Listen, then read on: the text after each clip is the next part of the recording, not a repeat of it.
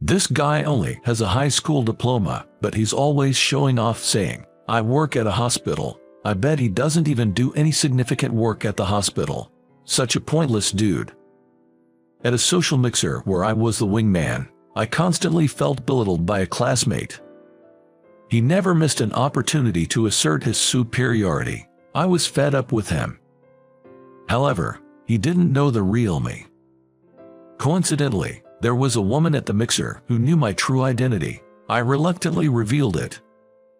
Upon hearing it, that classmate was flabbergasted. My name is Tim.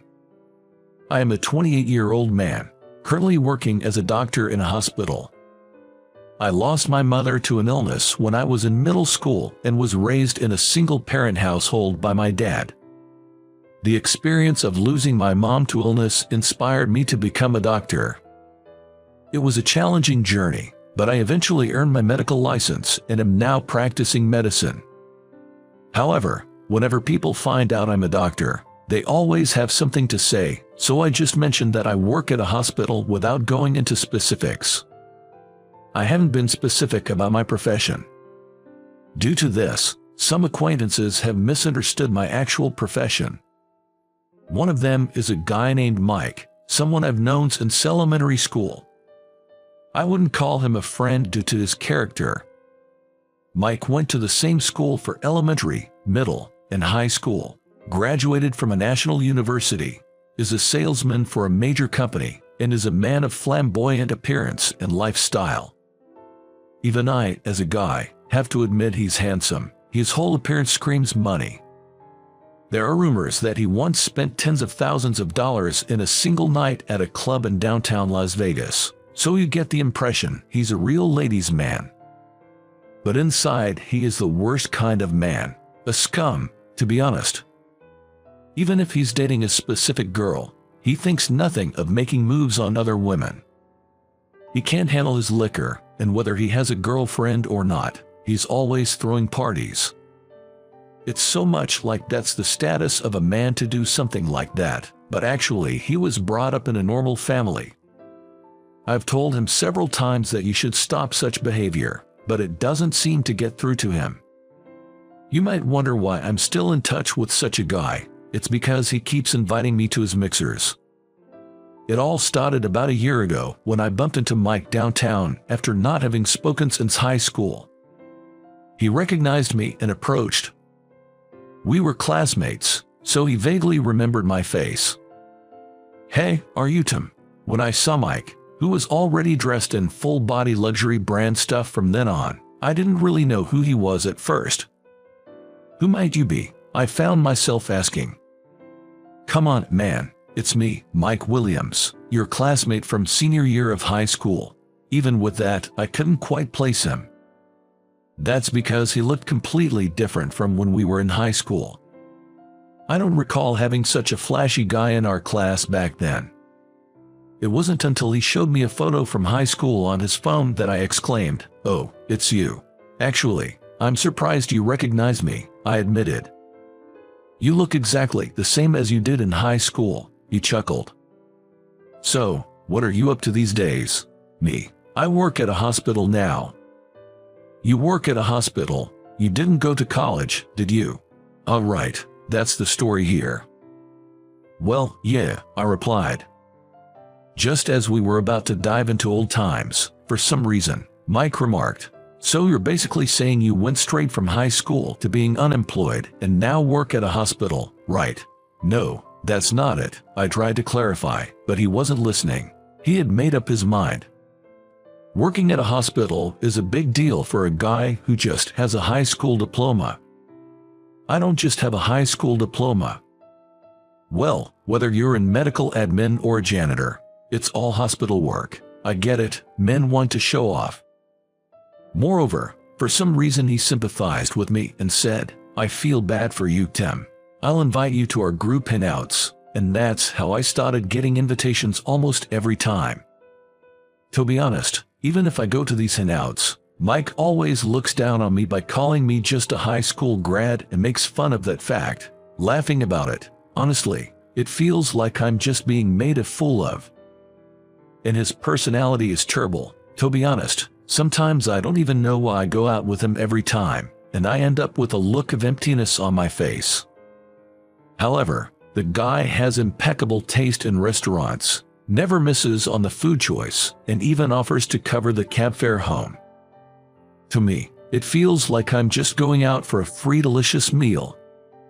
So, here I am again, called by Mike to make up the numbers, attending yet another gathering. Today's outing was supposed to be a 5-on-5 mixer, and the ladies were all nurses peers in my field, which felt a tad refreshing. Mike seemed quite pumped up, stating, "I'm definitely getting a date tonight. By the way, he's supposedly seeing someone right now, but that doesn't stop him from hosting these meetups. It's human nature to seek out new connections, even if you're already dating someone," he'd say. As usual, his audacity almost feels refreshing. Tonight's venue is a fancy private dining room with a view overlooking New York. Mike had told me to dress sharp, so I wore the only decent jacket I had. Upon seeing me, the first thing out of Mike's mouth was, "Isn't that a bit plain?" "That's all I have," I replied. "Well, you're just a high school grad. It makes sense you'd have less money than me. You'll be perfect as the wingman," he teased. I wanted to tell him off, but I held my tongue. "All right, everyone, cheers." With Mike's call, the gathering officially began. We clinked glasses, and I took a sip of my draft beer. Although it was supposed to be a 5-on-5 mixer, only Mike and I showed up on the guys' side. The other three apparently flaked out. But the fewer men, the more chance for Mike to mingle with the ladies. He seemed to be in high spirits. The women, chosen by Mike's impeccable taste, were all incredibly beautiful. Last-minute no-shows happen now and then, but 3 at once is quite rare. Every time, I wonder just how unpopular Mike is. But then again, I also question my sanity for showing up almost every time he asks. Thanks, everyone, for coming tonight. I know we have some notable absences, but let's enjoy with the folks we have, Mike, still in high spirits, exclaimed. He was already on his second glass of wine. Thank you for having us, the ladies cheerfully responded. Then, one of the women turned to me. And you are? Tim Miller. I work in a hospital. Nice to meet you, I replied, trying to keep it simple. Suddenly, the chatter among the 5 ladies went like, what? No way. Perhaps they think I'm plain compared to Mike. Today, Mike's in his usual designer suit, whereas I'm just in regular clothes. Several minutes into the group date, Mike quickly nestled himself among the ladies, just like always. He was going on and on, boasting about his job and the luxury brands he owns. The ladies seemed to be enjoying his stories, laughing and giggling, making Mike even more cheerful. They'd had quite a bit to drink, and it seemed like Mike was pretty tipsy. As for me, I was enjoying my meal, especially the salmon carpaccio, thinking, this is a lively group. There's never a miss when Mike picks the place. Both the drinks and the food are always on point. It felt like it had turned into a 1-on-5 date. Every now and then, the ladies chatting with Mike would glance over at me or whisper something. Although I was engrossed in my meal, I noticed. Seeing this, Mike said to one of the women, Hey, Michelle, aren't I way cooler than him?" wrapping his arm around her and pulling her close. Michelle, whom he referred to, giggled and said, "Oh, stop it." I thought to myself that the atmosphere felt like one of those kind of places. Then, Mike said, "This guy, man, he's been my buddy since elementary school, you know. Despite only having a high school diploma, he always brags about working at a hospital. I bet he's not even doing anything significant there. What a joke," Mike continued. And this guy, back in high school, he didn't stand out in class, almost a nerd, only focusing on studies and part-time jobs. Even with all that studying, he didn't go to college, probably because he grew up in a poor single-parent household. Once that happens, man, life's pretty much over. Mike laughed loudly, while the women looked taken aback. Hearing Mike's words, I sighed. Mike, you've had too much to drink. Take it easy, man. I placed a glass of water in front of him and got up. What's the matter? Running away? Mike cheered. Ignoring him, I headed to the restroom. Mike's nasty attitude when drunk isn't new, and the demeaning comments he makes about me are routine. It doesn't bother me anymore, but it's always a mood killer, so it's best to excuse myself. Man, he's drunk again today. Can't just leave him like that, I'll just tune out the rest. Every time Mike goes to a mixer, he ends up like that, so I can't just leave him there. Can't really leave him with the ladies either, I thought. As I walked out of the restroom, someone suddenly approached. You're the director, right? The one who said that was Mabel, one of the participants of tonight's mixer, who had introduced herself earlier. Her eyes widened at the mention of director, and she continued, I work as a nurse in the pediatrics department at 7 Stars Hospital. All the girls here tonight are nurses from 7 Stars Hospital. Upon hearing this, I couldn't help but exclaim, really? 7 Stars Hospital is where I currently serve as the director. Mike seems to be misunderstanding something, but aside from being a doctor, I also work as the hospital's director. However, once people find out I'm the director, many so-called acquaintances with ulterior motives approach me, so I usually just say I work in the hospital. I'm not lying by saying that. But I never expected that tonight's group of girls would be nurses from our hospital. You don't interact much with the staff, do you, director? Seems Mabel picked up on my thoughts and gave a wry smile. From what I gathered, all these girls are in charge of the inpatient wards. I've been busy with hospital management, conferences, and such, and I seldom visit the inpatient wards. Moreover, I usually leave the hiring interviews for non-doctors to the head nurse, administrative head, or HR head, so I don't often recognize the nurses. With a large hospital like ours, it's understandable, but everyone knows your name at least. Mabel said, her smile a touch mischievous. It's embarrassing not to know the faces of those working for you, I'm sorry. I apologized and vowed to remember from now on. Just so you know, we all recognized you, director. What? I wasn't sure back then, but when I heard the same name, I thought it might be you. It's quite surprising and amusing to find the director at a mixer. Haha, but why does Mike think you're just a regular hospital employee without a college degree? That's a fair question. Well, he just took my words about working at the hospital at face value, and I explained the whole story. I see, so Mike doesn't know the real you. It's not that much of a secret, but yeah, something like that. I laughed, but she seemed deep in thought. Let's head back, she suggested. I followed her back to our table. You know, having a college degree really matters. People like Tim who only finished high school, they just are not accepted in society, you know. A drunk Mike was still going on with his story. How can he not run out of things to say about the same topic? I sighed. But I knew there was no handling him in the state. The last time I tried to take a drunk Mike home, he acted like a baby, saying no way, I ain't going home yet, and started throwing a fit on the floor. I'd rather not remember that fiasco. Best to just leave him be. I felt bad for the girls, but they'd have to put up with him. I ordered a whiskey highball from the waiter and nibbled on some pasta. Then Mabel sat next to me, asking, Is the pasta good, director? I nearly spit out my drink and pasta. Director? Who? Hearing Mabel's words, Mike turned our way. This guy, Tim. He's the director of the hospital where we work. Moreover, he earned his medical license in Switzerland. He's quite the accomplished doctor. Then the remaining 4 women came over saying, I knew it, and I thought so. For some reason, all the women now gathered around me. I heard the director often attends conferences and is on business trips, so it's rare to meet you, but I had a feeling it was you. I was curious ever since I heard the name. One after another started chatting with me. Well, since we're off duty now, you don't have to call me director, but thank you all for working so hard every day. I managed to reply. We appreciate it, but a bonus would be nice. Indeed. The ladies all laughed together.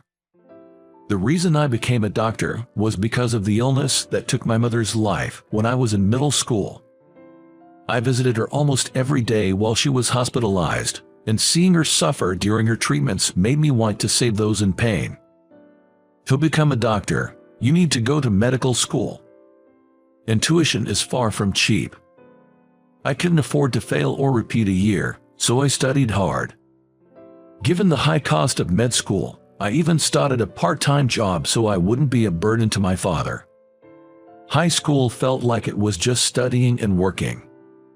Just like Mike said, in school, I was always hitting the books and working my side jobs all the time. I was so swamped every day that I don't remember having a typical teenage experience. During that time, I heard that there was ongoing research in Switzerland about the disease that caused my mother's death. There were rumors that a cure might be found soon. It seems that such research is indeed advancing in Switzerland. So, I decided to get my medical degree in Switzerland, not in the US. Thankfully, I was good at German and French, had decent grades, and thought I'd have a better chance at finding a cure there. I discussed it with my father, who gave his blessing, and right after high school, I went to Switzerland on my own. To be honest, I didn't tell any of my classmates. It might be because I was too engrossed in studying and working, and I didn't have close friends, but I also didn't want any fuss about my decision to go to Switzerland. I got into a university and managed to get my medical license there. I also joined a team researching the disease and led a busy life both as a researcher and a doctor. And a few years ago, we finally established a cure for the disease. It's now treatable. But that meant my personal goal was achieved. I achieved my dreams sooner than expected. While I was pondering what to do next, I got a call from Dr. Smith, a renowned authority on cardiology and a member of our team. Since my specialization also includes cardiology, I personally referred to Dr. Smith as Master. He proposed, "Tim, how about coming back to the States and becoming the director of one of our affiliate hospitals?" Me, a hospital director? He said, "We have a hospital in our medical group that we'd like to revamp. We're thinking of bringing in a young director to draw attention. Having a young director who's returned from overseas would be a great selling point. Plus, I like your dedication." Do I come across that way? Not everyone would go abroad to study medicine and research a cure. Why not try that passion as a hospital director? He suggested. Honestly, I wasn't sure if I could handle such a significant responsibility, but I decided to accept the offer. And about a year ago, I was entrusted with the 7 Stars Hospital. But as a director, I feel I still have much to learn every day. Catherine, one of the attendees, told me, "Doctor, you always look so serious in the hallways. I thought you were much more intimidating," and laughed. Well, every day I'm anxious if I'm doing a good job as the director, and I can't help but furrow my brow. Don't worry, the current hospital really feels so homely. Exactly. The fact that they encourage not working overtime is great. As a director, at least I can do that. I don't want to work overtime either. I get it, nobody really wants to. The conversation unexpectedly took an exciting turn. While Mike was so shocked he lost his words when he found out that I'm actually the head of a hospital, the women around me, including myself, were all abuzz and excited. And then there was no one left around Mike. Seems like he got upset with the situation and was drinking his booze alone, looking pretty bored. Hearing about my role as the hospital director, it seems his buzz wore right off. He mumbles, "What the hell? You're the one with just a high school diploma." Well, truth be told, I didn't just finish high school. I graduated from a university in Switzerland. I replied with a wry smile. "Anyway, Mike, I'm sorry, especially since you invited me. I'm not sure if it'll make it up to you, but I'll cover the bill tonight." Saying so, I took out my card and handed him $100. "This should cover your cab fare for tonight. You've always been covering for me." As I pushed the $100 into his hand, I said, "Don't worry about it. I might have been a high school grad from a single parent, low-income family here, but now I'm a director. Mike, with a frustrated look, just left the bar, and the group date came to an end. As it turned out, Mabel and I were headed in the same direction, so we decided to walk together. "Director, you really take care of everyone, don't you?" Mabel remarked. "Oh, do I? If it were anyone else, after being looked down upon like that for supposedly being just a high school grad, you would have left in anger." "That happens all the time. I'm used to it, and I didn't want to leave the ladies in that situation." "That's what makes you caring. You're always putting up with it, right? That makes you a good person in my book," she said with a laugh. "But why did you reveal my identity there?" "Because, seeing you ridiculed like that when I know how capable you really are, I couldn't keep silent. Plus, you're quite popular among the staff, so maybe you should mingle with everyone more." "Wait, I'm popular?" "Yes, you became a director at such a young age, and everyone is eager to hear about your experiences in Switzerland." "I had no idea. Being a director keeps me busy. Maybe from tomorrow, I'll try to interact more with everyone." "Please do," Mabel laughed. The next day, while I was having lunch in the hospital's cafeteria, 5 of the female nurses from last night's mixer approached me, saying, "Thank you for last night," quite loudly, in fact. This caused a stir among the other staff members. "What? The director went on a mixer? You know, the director was seriously looked down upon yesterday," the chatter began, and by evening, that talk had spread throughout the entire hospital. From that day on, other doctors would approach me saying, "Hey, director, invite me to your next mixer too." From then on, I started actively engaging with other doctors, nurses, and staff. Although the catalyst was the mixer story, I felt I couldn't miss out on this opportunity. "People always thought you, the director, were a pretty stiff type, but turns out you're quite approachable. I heard you've been attending those mixers quite a bit," they said, and I could only respond with a wry smile. From then on, I continued to engage like that, and I felt the overall vibe in the hospital started to improve. Even my mentor, Dr. Smith, who happened to visit the hospital, mentioned, "The hospital has become so much more welcoming. Good thing we left it in your hands, Tim." This made me more determined than ever to excel in my role as director. After that mixer, I began to regularly dine out with Mabel, and our relationship naturally progressed. A few years later, I proposed to Mabel. Of course, she said yes. "I'll do my best to support you, Tim," she assured me. "I've always had many responsibilities, like the hospital, its staff, and all the patients who rely on us, but now I have one more precious thing to protect. I carry that weight every day. I'm not always sure if I'm making the best choices, but to keep everyone happy, I think I'll always give it my all, even if it means relying on others at times."